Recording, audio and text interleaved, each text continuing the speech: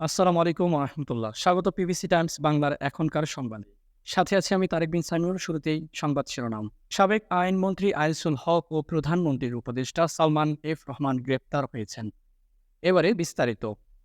সাবেক আইনমন্ত্রী আনিসুল হক ও সাবেক প্রধানমন্ত্রী শেখ হাসিনার বেসরকারি শিল্প ও বিনিয়োগ উপদেষ্টা সালমান এফ রহমান গ্রেপ্তার হয়েছেন। ঢাকা মহানগর পুলিশের ডিএমপি কমিশনার মোহাম্মদ মাইনুল হাসান আজ মঙ্গলবার সন্ধ্যার পর বিভিন্ন গণমাধ্যমে জানান, রাজধানীর নিউ মার্কেটে থানার একটি মামলায় এই দুজনকে গ্রেপ্তার করা হয়েছে। পুলিশ সূত্রে জানা গেছে, কোটা সংস্কারের দাবিতে বৈষম্য বিরোধী ছাত্র আন্দোলনের কর্মসূচি চলাকালে ১৬ই জুলাই ঢাকা কলেজের সামনে সংঘর্ষে দুইজন নিহত হয়, একজন ছাত্র ও একজন হকার। এই ঘটনায় নিউ মার্কেট থানায় দুইটি হত্যা মামলা হয়েছে।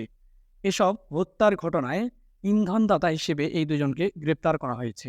পরে এ বিষয়ে ডিএমপির জনসংযোগ বিভাগ মিডিয়া থেকে পাঠানো একটি খুদে বার্তায় বলা হয়েছে, নৌপথে পালিয়ে যাওয়ার সময় ঢাকার সদরঘাট এলাকা থেকে সালমান এফ রহমান ও সাবেক আইনমন্ত্রী আনিসুল হককে গ্রেপ্তার করেছে পুলিশ।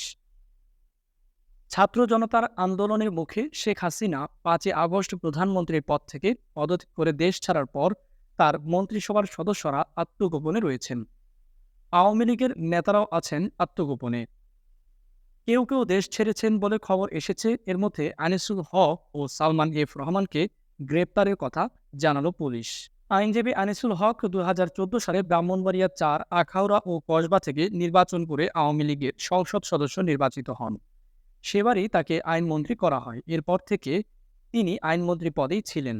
২০১৮ সালের নির্বাচনে সালমান এফ রহমান ঢাকা-১ আসন থেকে নির্বাচন করে আওয়ামী লীগ থেকে সংসদ সদস্য হন।